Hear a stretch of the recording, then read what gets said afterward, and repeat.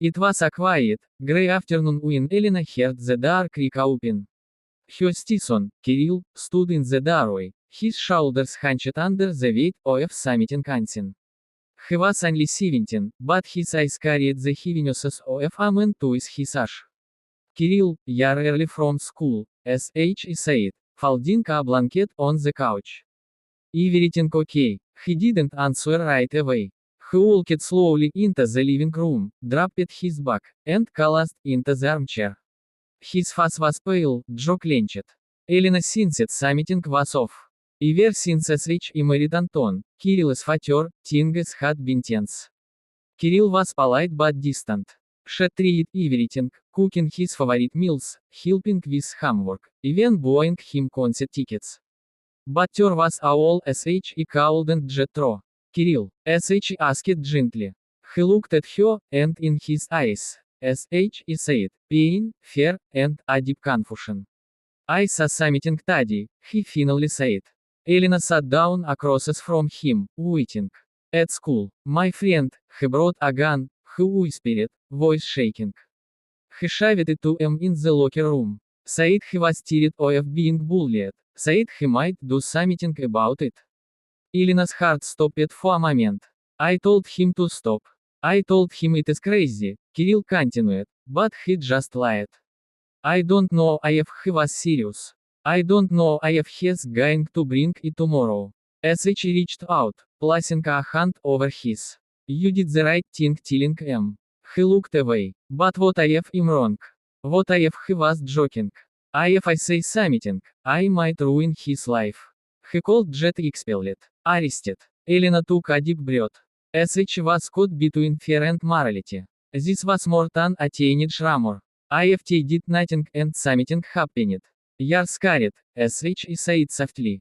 He nodded. I am too, but this isn't something we can keep to ourselves.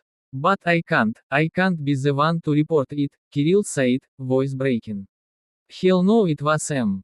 Elena stood up and walked to the window, staring out at the cloudy sky. The weight of responsibility pressed down on her. No one has to know it was you, he said finally. I'll make the call. I'll say I heard a rumor. An anonymous tip. Kirill looked up at her, tears in his eyes. You do that. Oh, of course, he said, turning to face him. Because you were brave enough to speak up.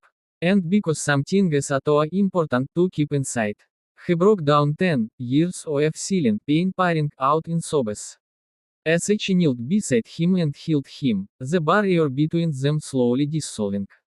Later that evening, when Anton returned from work, Elena told him everything. He was shocked but supported the decision. The next morning, the police and school authorities discreetly intervened. The weapon was found. No one was hurt. Kirill's friend was taken into custody, and though it shook the school, it was clear that a tragedy had been prevented. Kirill didn't speak much for the next few days, but Elena noticed a change in him. He started sitting at the dinner table. He asked her opinion on a book he was reading. One evening, he even helped her with the dishes. Then one night, as they were cleaning up, he said, thank you for telling him to keep it inside. Elena paused. What do you mean? I wanted to act, to do something reckless. I was angry, but you told him to keep that impulse inside. To think, to trust you. She smiled, realizing he had misinterpreted her words in the moment, but perhaps for the better. Sometimes, keeping it inside, didn't mean bottling up the truth. It meant controlling the chaos within long enough to choose the right path. And in doing so, they had both found a little bit of peace, and maybe, just maybe, the start of a real connection.